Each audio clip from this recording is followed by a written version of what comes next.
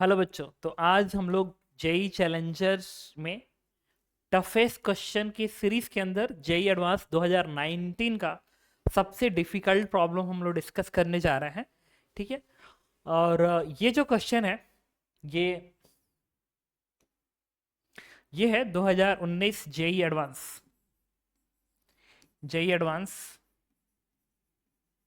2019, और मैं आपको इसको सॉल्व करने का दो अप्रोच सिखाऊंगा। एक है तो क्वेश्चन सेंटर ऑफ मास का, लेकिन मैं आपको थर्मोडायनामिक्स के हेल्प से भी सॉल्व करना सिखाऊंगा।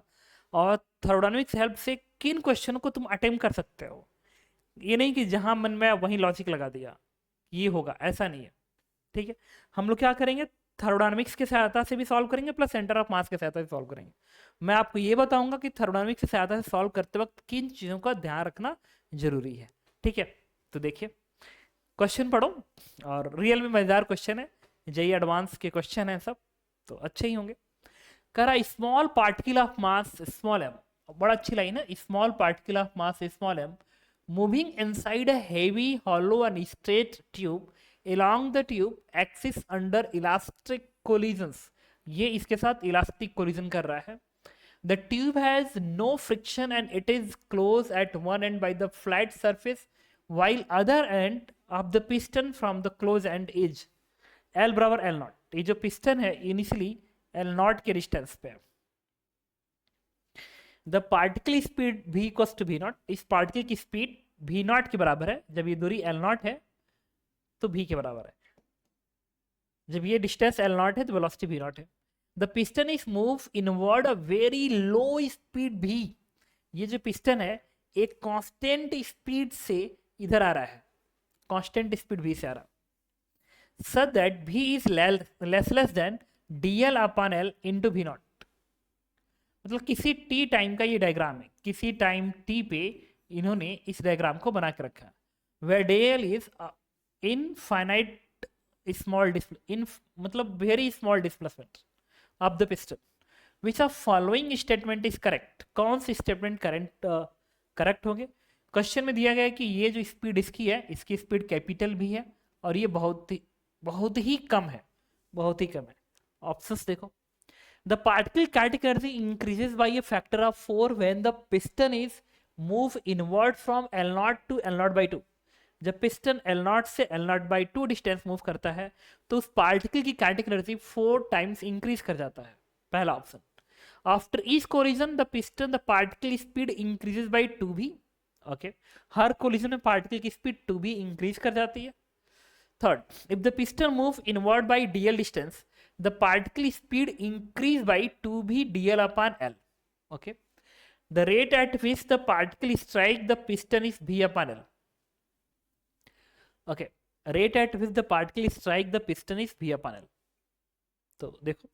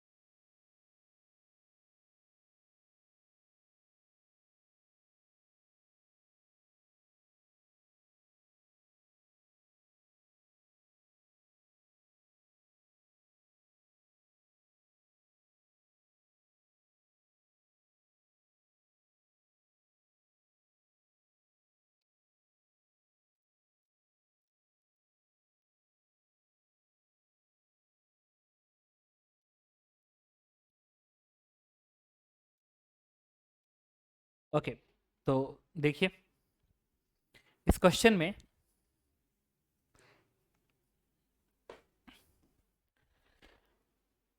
एक तो ये कि हर कोलिजन में कितना स्पीड इंक्रीज कर रहा है इसे देखना है, प्लस इसे देखना और इसे देखना है।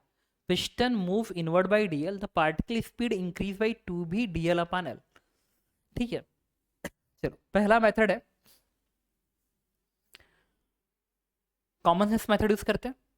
ठीक है, उसके बाद हम लोग थर्मोडायनामिक्स से इसको रिलेट कर देंगे। तो चलो बताता हूँ। सबसे पहले मेथड 1 है, ये सिंपल मेथड है, मतलब बेसिक मेथड है। बेसिक मेथड में इस पिस्टन को किसी टाइम पे मैंने दिखा दिया कि यहाँ पे है, इसकी स्पीड v के बराबर है पिस्टन की, जो कि बहुत ही कम है। दूसरा ये डिस्टेंस l के बराबर है। यहाँ पे एक पार्टिकल है जिसकी वेलोसिटी, ये कैपिटल v है, ध्यान रखना, ये कैपिटल v है और ये स्मॉल v है, स्मॉल v। कैपिटल v इसको बड़ा लिख लो ऐसा, इसको स्मॉल v लिखा, यही उन्होंने लिख रखा है, देखो v ये है और ये कैपिटल v है, इसमें लिखा होगा कहीं पे बस। अब इस टर्म्स का मतलब क्या, मैं ये भी समझना चाहता हूँ। एक काम करते हैं, मैं ये जो v नॉट है ना, बेसिकली ये v बराबर v नॉट, मैं चाहता हूँ इस पार्टिकल की वेलोसिटी को थोड़ा सा समझना इस इक्वेशन से। तो v is less than dl upon l into v not है। अच्छा, यहाँ से v नॉट की वैल्यू कितनी आएगी, यहाँ से जो v नॉट की वैल्यू आएगी, अगर मैं इसको इधर भेज के इसको इधर भेज दूँ तो आएगा v not is greater than, देखो इसको मैंने इधर भेजा, इसको इधर भेजा, आएगा vl अपॉन dl। लेकिन क्वेश्चन में जो dl है it is very very small, dl बहुत ही स्मॉल क्वांटिटी है। तो अगर ये बहुत ही स्मॉल है और ये अप्रोचिंग जीरो है, तो ये पूरी की पूरी वैल्यू इन्फिनिटी की तरफ अप्रोच करेगी। मतलब हालांकि ये भी बहुत ही स्मॉल है, उनके अनुसार भी वेरी लो वैल्यू है, वेरी लो वैल्यू स्पीड भी, ये भी बहुत ही स्मॉल है, लेकिन ये जीरो की तरफ बेंड करने की वजह से ये वैल्यू बहुत ही ज़्यादा हो जाएगी इस, और ये ग्रेटर है, दैट मीन्स भी नॉट जो होगा इस वैल्यू से बहुत ज़्यादा होगा, दैट मीन्स इस भी से बहुत ज़्यादा होगा, इस भी नॉट की वैल्यू इस भी से बहुत ही ज़्यादा होगा। तो ये एक्सप्रेशन ये मुझे समझाने की कोशिश कर रहा है कि ये कंडीशन होल्ड करेगा, मतलब इस पार्टिकल की वेलोसिटी इसके स्पीड से बहुत ही ज़्यादा होगी। ये बाद में ये क्या रिलेट कर रहा है, ये तो बात की बात है। ठीक है, तो पहले मैंने क्या किया कि जो भी नॉट है वो भी से बहुत ज़्यादा होगा, इसकी स्पीड इसके स्पीड से बहुत ही ज़्यादा होगा। कोई बात नहीं, आगे बढ़ते हैं।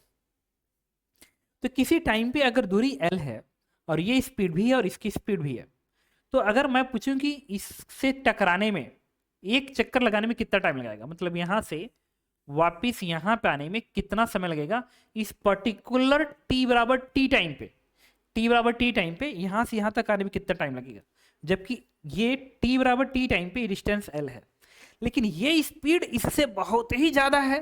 तो ये हल्का सा इधर मूव करे उसके पहले ही यहाँ से घूम के यहाँ पे आ जाएगा। तो यहाँ से यहाँ तक जाने का जो लगभग टाइम लगेगा, एक चक्कर लगाने का जो लगभग टाइम लगेगा कैपिटल टी, वो कुछ और नहीं, ये दूरी कितना तय किया 2l एंड डिवाइडेड बाई, सिर्फ इस भी से डिवाइड कर दो, सिर्फ इस भी से, ये दूरी l, ये दूरी l है, ये भी दूरी l है, तो 2l अपॉन भी करेंगे, इससे डिवाइड कर देंगे। और ये इसको ना इसको एक काम करते हैं, इसको ऐसे बना लेते हैं इस तरीके से, स्मॉल भी, ये टाइम लगेगा। अब तुम ये नहीं कहना कि सर इससे टकराएगा तो इसकी वेलोसिटी इसमें ऐड होगा, अरे अगर ऐड भी होता है तो ये वाला भी इस भी से बहुत ही कम है, तो पहला चक्कर लगाने का जो टाइम लगेगा, फर्स्ट चक्कर लगाने का टाइम, वो तो 2l अपॉन भी ही लगेगा इस पर्टिकुलर टाइम टी पे। तो पर्टिकुलर टाइम टी पे इतना टाइम लगेगा एक चक्कर लगाने में। ओके, कोई बात नहीं। एक और चीज, जब ये पार्टिकल इससे टकरा के इधर लौटेगा तो इस पार्टिकल की जो स्पीड होगी कितनी हो गई, ये चेक कर लेते हैं एक कोलिजन में कितनी हो गई। तो अगर उस टाइम पे इसकी स्पीड भी है, टी टाइम पे हालांकि इसकी कांस्टेंट है और स्पीड भी है, तो हम लोग क्या करेंगे, लगा सकते हैं कॉन्सेप्ट्स। ये टक्कर के पहले का कंडीशन है, ये टक्कर के पहले का, और पार्टिकल जो कि इधर जा रहा है इससे कोलिजन इलास्टिक है टक्कर के पहले, और टक्कर के बाद क्या होगा, ये भागेगा ऐसे। अब आपसे एक चीज बताया जाता है कि जब भी ऐसे क्वेश्चंस करने हो आपको क्या करना है, कोफिशिएंट ऑफ रेस्टिट्यूशन का इक्वेशन लिखना है। यहाँ पाएगा ई इलास्टिक कोलिजन है तो ई बनेगा 1, वेलोसिटी ऑफ सेपरेशन यहाँ पे आएगा, इसमें से घटाएंगे, इसमें से ये घटाएंगे, इसमें से अपान वेलोसिटी अप्रोच यहाँ पे। तो यहाँ से ये जो v1 है, इसको मान लो v1, टक्कर के बाद स्पीड v1 हो जाती है v1। ये इससे v1 की जो वैल्यू आई सॉल्व होके वो कायदे से देखो ये आई v प्लस 2v आ गई। इसका मतलब कि जैसे टक्कर मारेगा, टक्कर मारने के बाद जो रिबाउंड होगा तो उसकी स्पीड 2v इंक्रीज कर जाएगी। हालांकि ये पूरा डेटा भी लगभग v के ही बराबर है, क्योंकि capital v is very very small compare to v, तो कोई बात नहीं। लेकिन मैं ये तो कह सकता हूँ कि जो v1 में इंक्रीज हुआ इस टक्कर के वजह से 2v के बराबर इंक्रीज हुआ। उन्होंने कहा कि after each collision the piston the particle speed increase bye 2v। Yes, ये सही कह रहा है, ये सही कह रहा है, क्योंकि इसकी स्पीड कांस्टेंट है, कांस्टेंट है तो हमेशा 2v का ही टर्म आएगा। अभी तो मैंने एक आंसर किया, नाउ नेक्स्ट की बात करते हैं। द पार्टिकल काइनेटिक एनर्जी पे क्या असर पड़ा, थोड़ा मैं इस बात को समझता हूँ। और ये मेथड 1 है, मैं रिपीट कर रहा हूँ, मेथड 2 को जरूर देखना, क्योंकि वहां पे मैं थर्मो का हेल्प लूंगा, आपको दिखेगा कि कैसे मैं चीजों को रिलेट कर रहा हूँ। तो चलो इसकी बात करते हैं। काइनेटिक एनर्जी किस फैक्टर से इंक्रीज करेगा? ओके, तो चलो। अच्छा एक बात बताओ, ये टी टाइम पे का डायग्राम है, अगले dt इंटरवल में ये पिस्टन कितना डिस्टेंस मूव करेगा? ये मूव करेगा dl डिस्टेंस मूव करेगा। भाई टी टाइम पे यहाँ पे पिस्टन था, तो अगले dt टाइम में ये dl डिस्टेंस मूव करेगा। ओके, मूव करेगा। तो इस पिस्टन को यहाँ से यहाँ तक मूव करने में कितना टाइम लगेगा? वो जो टाइम लगेगा, अगर वो टाइम dt है तो आप dt को क्या लिखोगे? Distance dl divide by capital V। इतना टाइम लगेगा इस पिस्टन को यहाँ से यहाँ तक आने में। ओके, और ये टाइम बहुत ही कम है फिलहाल। और इतने टाइम में अगर मैं जानना चाहता हूं कि ये पार्टिकल इससे कितने बार टक्कर मारेगा, कितने बार टक्कर मारेगा, मैं ये जानना चाहता हूं, तो वो मुझे इससे आ जाएगा। अच्छा, ये जो टाइम पीरियड है वो टी टाइम का टाइम पीरियड है, तो जो फ्रीक्वेंसी होगी, फ्रीक्वेंसी वो 1 अपान कैपिटल टी होगी। और जब 1 अपान कैपिटल टी करेंगे तो ये आ जाएगा आपका v अपान 2/, और ये भी इसकी वेलोसिटी ध्यान रखना, v अपान 2l, ये आ जाएगा। ये फ्रीक्वेंसी है टी टाइम पे, ये टी टाइम पे फ्रीक्वेंसी है। मतलब टी टाइम पे जब पिस्टन यहाँ पे होगा तो उस समय पे फ्रीक्वेंसी इसके बराबर है। ओके, अब ये फ्रीक्वेंसी है, 1 सेकेंड में कितने बार टक्कर मारा, रेट ऑफ, मतलब एक तरह से फ्रीक्वेंसी क्या है कि इस पिस्टन से पर सेकेंड, मतलब रेट ऑफ स्ट्राइक है, बेसिकली रेट ऑफ स्ट्राइक है, मतलब रेट ऑफ स्ट्राइक इस पिस्टन से यूं कहूं तो यूनिट सेकेंड में कितने बार टकरा रहा है टी टाइम पे, वो ये है v अपान 2l। और इस पिस्टन के यहां से यहां तक जाने में टाइम लगा dt। अब पर सेकेंड फ्रीक्वेंसी इतनी आ रही है उस टी टाइम पे, तो कितना कोलिजन इस dt इंटरवल में कर लेगा, dt इंटरवल में कर लेगा। भाई फ्रीक्वेंसी पता है पर सेकेंड, 1 सेकेंड का, उसमें dt अगर मल्टीप्लाई कर दूं, dt मल्टीप्लाई कर दूं तो क्या नंबर ऑफ कोलिजन नहीं आ जाएगा? आ जाएगा। तो मैंने इसमें v अपान 2l में मल्टीप्लाई कर दिया इसको, जो कि dl अपान v के बराबर है, dl। ये नंबर ऑफ कोलिजन हो गया इन dt इंटरवल। अच्छा, dt इंटरवल में अगर इतना कोलिजन हुआ तो मैं चाहता हूं कि dt इंटरवल में अगर इतना बार टक्कर मारा है तो dt इंटरवल के बाद इसकी वेलोसिटी कितनी होगी, मैं ये निकालना चाहता हूं। इसकी वेलोसिटी कितनी होगी, इस पार्टिकल की फाइनल वेलोसिटी। इस पार्टिकल की फाइनल वेलोसिटी, जिसको मैं v डैश बोल रहा हूं, पहले वेलोसिटी थी v के बराबर, पहले वेलोसिटी थी v के बराबर, और dt इंटरवल में इतने बार टक्कर मारा, इतने बार टक्कर मारा, और एक टक्कर में 2v के बराबर वेलोसिटी इंक्रीज कर रही है। तो इसी में अगर मैं 2v मल्टीप्लाई कर दूं तो मुझे पता चल जाएगा कि dt इंटरवल में ये जो पार्टिकल है उसकी वेलोसिटी इंक्रीज करके कितनी हो गई। तो ये तो v है।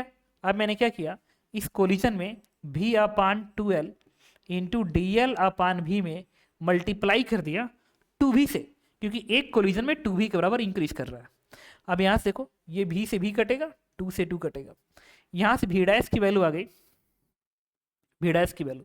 अच्छा, v डैश को इधर भेज दो, v डैश से इधर भेजो, तो ये बन गया v dash minus v is equal to v upon l into dl, ये बन गया। अच्छा, ये क्या है, v डैश माइनस v क्या है? v डैश माइनस v है increase of velocity of this particle. इस पार्टिकल की वेलोसिटी कितनी इंक्रीज की, कितने टाइम में, dt टाइम में, वो ये है। तो इसको मैं चाहूं तो dv लिख सकता हूं, dv लिख सकता हूं, dv। अब मैं यहाँ पे एक इक्वेशन लिखने जा रहा हूं। एक चीज देखना, इस dv को मैं इसको लिखता हूँ डी भी डिवाइडेड बाई, इस भी को यहाँ भेजो, is equal to D L divided by L लिख दिया। एक चीज और देखना, भी इज ऑलवेज इंक्रीजिंग, इस पार्टिकल की वेलोसिटी हमेशा इंक्रीज कर रही है, तो डी भी तो पॉजिटिव है। डीएल नेगेटिव होगा क्योंकि जब इधर आएगा तो ये एल घटेगा, तो एक माइनस साइन आपको यहाँ पे लगाना पड़ेगा, एक माइनस साइन यहाँ पे आपको लगाना पड़ेगा। अब मैंने क्या किया, if the particle move inward by DL distance the particle speed increase by 2b DL upon B. अच्छा, कितनी वेलोसिटी इंक्रीज की, देखो अगर वो डीएल डिस्टेंस मूव कर रहा है piston, particle speed increase by 2b, देखो बट पार्टिकल की स्पीड कितनी इंक्रीज की, यही इंक्रीज की। इस इक्वेशन से देखो डीएल डिस्टेंस मूव करने पे इंक्रीज डीवी है जो कि इसके बराबर है, तो भी अपान एल इंटू डीएल गलत, 2 का टर्म नहीं है इसमें, तो ये रॉन्ग ऑप्शन है, तो ये ऑप्शन फिलहाल गलत ऑप्शन है। The rate at which the particle strike the piston is भी अपान एल, रेट एट विच मतलब पर सेकेंड फ्रीक्वेंसी पूछ रहा है, टी टाइम पे टकराने की फ्रीक्वेंसी कितनी है, दैट इज भी अपान एल, नो कितनी है, भी अपान 12 है, ये भी ऑप्शन गलत है। अब काइनेटिक एनर्जी के टर्म्स में आते हैं। अब मैं यहाँ पे यूज करने जा रहा हूँ इक्वेशंस। एक इंटीग्रेशन किया यहाँ पे, इंटीग्रेशन में क्या किया कि जब ये एल बेसिकली एल नॉट था, जब ये दूरी एल नॉट थी तो ये स्पीड भी नॉट थी, ये स्पीड भी नॉट थी, और जब यही दूरी एल नॉट अपान 2 हो जाएगी, देखो उन्होंने कहा है ना कि एल नॉट से एल नॉट बाई 2 हो जाएगी, तो ये मान लो फाइनल स्पीड भी हो जाती है, मान लो वो निकालना है। अब इसको करोगे इंटीग्रेट तो यहाँ से लॉग का टर्म बनेगा, ये बनेगा एल एन भी अपान भी naught is equal to minus L N, L बनेगा और रखोगे तो एल एन हाफ, तो प्लस हट के एल एन 2 हो जाएगा, तो यहाँ से भी इक्वल्स टू आएगा 2 भी नॉट आ जाएगा। इसका मतलब जब ये piston L naught by 2 distance पे आएगा तो इस पार्टिकल की वेलोसिटी इंक्रीज होके बेसिकली 2 भी नॉट हो गई होगी। एक्चुअल में ना इसकी स्पीड बहुत कम है, फिर भी एल नॉट पे इसकी स्पीड 2 भी हो गई, क्योंकि बीच में ना इतने बार टकरा गया ना, नंबर ऑफ कोलाइड बहुत ज्यादा कर गया एल नॉट बाई 2 दूरी तय करने में, और उसी में इतना कोलिजन किया कि थोड़ा थोड़ा ट्रांसफर करते करते उसकी स्पीड को 2 भी नॉट कर दिया। तो कोई पूछे फाइनल काइनेटिक एनर्जी कितनी होगी, the final kinetic energy is half M into V का स्क्वायर, तो एम इंटू इसका स्क्वायर करेंगे तो भी नॉट का स्क्वायर बनेगा इंटू 4 आ जाएगा, तो ये इनिशियल काइनेटिक एनर्जी है और ये फाइनल काइनेटिक एनर्जी है, तो इनिशियल काइनेटिक एनर्जी का 4 टाइम्स हो जाएगा, तो ये उन्होंने एकदम सही कहा है। तो इस तरीके से इसका आंसर क्या हो गया, फर्स्ट एंड सेकेंड हो गया। ये तो हमारा फर्स्ट मेथड था जिससे मैंने इस क्वेश्चन को बताया था। नाउ अब हम आते हैं मेथड 2। मेथड 2 के लिए हमने केटीजी थर्मोडायनामिक्स का मैं हेल्प लेने जा रहा हूं, थर्मोडायनामिक्स का मैं हेल्प लेने जा रहा हूं, और इस पे एक बार फिर आते हैं। अगर ये पिस्टन यहाँ पे था, और ये पिस्टन इधर जा रहा भी की स्पीड से, और भी बहुत ही स्मॉल है, इस पे नजर रखेंगे, नजर, it is very very small, और ये जो पार्टिकल है वो भी नॉट की स्पीड से ऐसे भाग रहा है, ऐसे भाग रहा है। तो देखो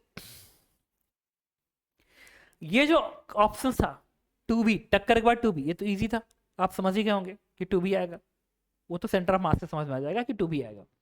ओके, दूसरा rate of the particle striking, इसके लिए तो आपको इस पे जाना ही पड़ेगा, दूसरा ये जब पिस्टन का कितना कोलिजन इंक्रीज बाई, ये इस पे जाना पड़ेगा। मैं इससे बचाने के लिए, ये वाला चीज बचाने के लिए मैं थर्मो का इसमें एक टर्म्स दिखा रहा हूं कि थर्मो का यूज कैसे कर रहा हूं, देखना, ताकि ये पार्ट है ना कैटेगरी, उसको मैं रिलेट करूंगा।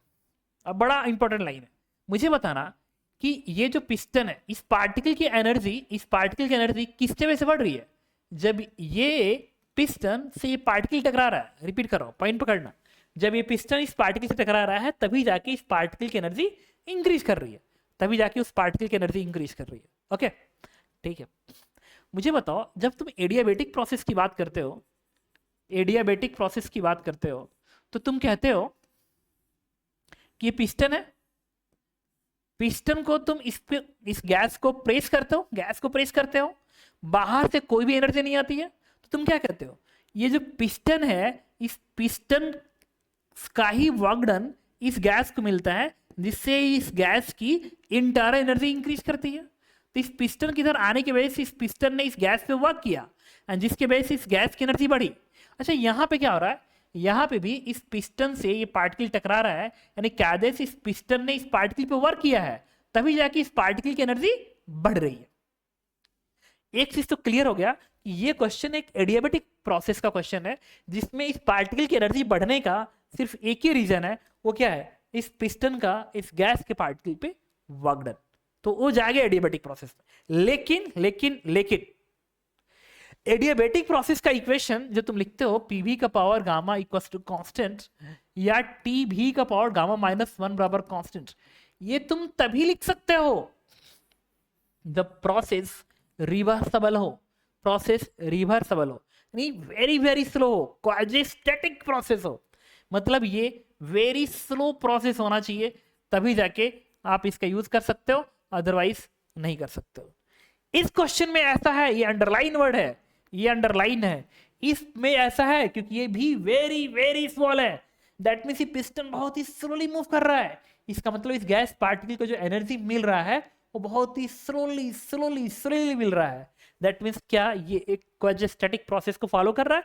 यस, अगर क्वाजीस्टैटिक प्रोसेस को फॉलो कर रहा है तो मैं इस इक्वेशन का यूज कर सकता हूं, तो मैं इस गैस सिस्टम पे इस इक्वेशन का यूज करूंगा। ठीक है, अगर ये पिस्टन तेजी से मूव कर रहा होता तो तुम इसका यूज नहीं कर पाते। हाँ, this will be adiabatic, again adiabatic होता, बट एडियाबेटिक फास्ट प्रोसेस होता, और उसमें तुम टीवी का power gamma -1 equals to constant नहीं लगा सकते हो। ये equation it is only and only and only valid for quasistatic process, यानी वेरी वेरी स्लो प्रोसेस। तो चलो, अब हमारा क्वेश्चन मैच कर गया, वेलोसिटी बहुत कम है, प्रोसेस बहुत स्लो है, दैट मीन्स आप इसको लगा सकते हो। अब इस गैस की काइनेटिक एनर्जी कितनी इंक्रीज करेगी? इस गैस की काइनेटिक एनर्जी इंक्रीज होगा F/2 nr into delta T, nr into delta T, ये होगा F/2 nr delta T, n is the number of moles, F/2 nr delta T kinetic energy increase. इसका मतलब कि इसका इनिशियल लेंथ किसके बराबर था? L0 के बराबर था, और फाइनली किस पे आ गया? ये फाइनली आ गया आपका L0/2 पे, L0/2 पे आ गया। तो अब मैं ये पता कर लूं कि यहां से यहां तक आते समय इस गैस का टेम्परेचर कितना राइज किया, तो मैं काइनेटिक एनर्जी का चेंज निकाल सकता हूं, क्योंकि काइनेटिक एनर्जी का चेंज और इंटरनल एनर्जी का चेंज एकदम सेम आता है गैस के अंदर। ओके, चलिए बात करते हैं, एक काम करेंगे, इनिशियल टेम्परेचर मान लिया T0 है, T0 है, initial volume L0 into cross section area, L0 into cross section area का पावर गामा। अक्सर गामा के लिए हम लोग क्या करेंगे, गामा कुछ और नहीं 1+2/f होता है, f is the degree of freedom, f is the degree of freedom. अच्छा, ये जो गैस है वो सिर्फ एक गैस मोनोटाइमिक गैस की तरह से ट्रीट होगी, एक ही पार्टिकल है ना, मोनोटाइमिक गैस है, और इसका मोशन सिर्फ एक ही डायरेक्शन में है, यूनिट डायरेक्शन है, जबकि गैस के अंदर मोनोटाइमिक गैस की डिग्री ऑफ फ्रीडम तुम 3 मानते हो, क्योंकि उन गैस के पार्टिकल का जो मोशन होता है वो एक्स में फ्री टू मूव होता है, वाई में फ्री टू मूव होता है और जेड में फ्री टू मूव होता है, तो फ्री टू मूव इन तीनों डायरेक्शन में, तो 3 डिग्री ऑफ फ्रीडम है। लेकिन यहाँ पे चूंकि ये पार्टिकल एक ही डायरेक्शन में फ्री टू मूव है, फ्री टू मूव है एक ही डायरेक्शन में, तो इसका डिग्री ऑफ फ्रीडम 1 मानेंगे, तो हम f की वैल्यू इसका 1 मान लेंगे। अब उठा के यहाँ पर रखेंगे 1, तो इससे गामा की वैल्यू हो जाएगी 3, 1+2/1 3। अब यहाँ पे यूज करेंगे गामा -1, तो 3 - 1 that is 2 is equal to final temperature into final volume क्या आएगा L0/2, L0/2 into cross section area S का पावर अगेन 2, यहाँ से TF की जो वैल्यू आएगी दिस इज नथिंग बट 2 का स्क्वायर इधर आएगा, तो दिस इज 40, ये बन गया। अब काइनेटिक एनर्जी का इंक्रीज कितना आ गया, this is degree of freedom F 1/2 है, number of mole N, R delta T temperature change 4 T0, initial T0 change क्या आएगा 3 T0/3 T0 आएगा। अब मुझे NR T0 की वैल्यू चाहिए, 3/2 NR T0 की वैल्यू चाहिए, हमारा आंसर आ जाएगा। अब NR T0 निकालने के लिए मैंने क्या किया, देखो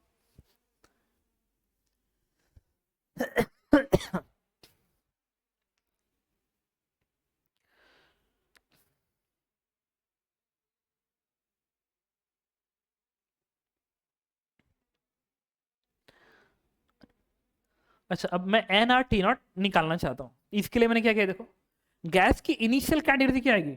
गैस की जो इनिशियल काइनेटिक एनर्जी होगी, इनिशियल काइनेटिक एनर्जी, वो होगी अगेन F/2 nRT। तो F की जगह पे 3/2, नहीं F1 है ना, F1 है, तो F1/2 1/2 n R initial temperature T0 था। अब nR T0 क्या आ गया? 2 ऑफ KI आ गया। nR T0 is nothing but 2 of initial kinetic energy. अब यहाँ पे उठा के प्लेस कर दें, जब 2 प्लेस करोगे तो ये हो जाएगा आपका, ये आपका हो जाएगा 3 nRT अपॉन 2, nRT के पे 2 KI, तो 2 से 2 कटेगा, ये आएगा 3 KI। इसका मतलब काइनेटिक एनर्जी का चेंज 3 KI आ गया। इसका मतलब कोई पूछे फाइनल काइनेटिक एनर्जी कितनी है, तो भाई के डेल्टा के क्या होगा? दिस इज के फाइनल माइनस के इनिशियल, तो के इनिशियल इधर भेज दो, आ गया कितना? 4 KI। इसका मतलब फाइनल काइनेटिक एनर्जी पार्टिकल का इनिशियल काइनेटिक एनर्जी का 4 टाइम्स हो जाएगा। और यही मैंने इस अप्रोच से भी निकाला था, जिसमें आया था 4 टाइम्स काइनेटिक एनर्जी का चेंज आएगा। तो आपने देखा कि मैंने किस तरीके से इस दोनों ही अप्रोच से इस क्वेश्चन को अटेम्प्ट किया। तो कुल मिला के तुम देख भी सकते हो कि जेईई एडवांस में आया हुआ ये क्वेश्चन रियल में मज़ेदार क्वेश्चन है, ठीक है। और सही में जेईई एडवांस इन्हीं क्वेश्चनों के लिए जाना जाता है। तो आपको कई सारे ऐसे क्वेश्चन, हालांकि जेईई एडवांस में तो मान के चलो 60% तक के क्वेश्चन जो होते हैं ना, 50-55% क्वेश्चन, वो थोड़ा तुम्हें लगेगा कि प्रॉपरली सॉल्व हो रहे हैं, लेकिन 60% से ऊपर के जो क्वेश्चन होंगे ना, वो जरूर तुम्हारा टाइम लेंगे, तुम्हारा दिमाग लेंगे। और वो तभी आएगा जब तुम इन क्वेश्चनों पे प्रैक्टिस बार बार कर रहे हो घर पे। घर पे अगर बार बार प्रैक्टिस कर रहे हो, बार बार कर रहे हो, तो तुम्हारा एनालिटिकल अप्रोच भी उसी लेवल पे हो जाएगा, ठीक है, जैसे मैं तुम्हें सोच रहा हूँ, ठीक है। तो आपने देखा रियल में बहुत ही मज़ेदार क्वेश्चन था, ठीक है। और इसी तरीके से मैं और भी क्वेश्चंस लाऊंगा जो जेईई एडवांस में आने वाले डिफरेंट टाइप ऑफ क्वेश्चन जिसके लिए जेईई एडवांस जाना जाता है, उसको मैं डिस्कस करूंगा। Thank you.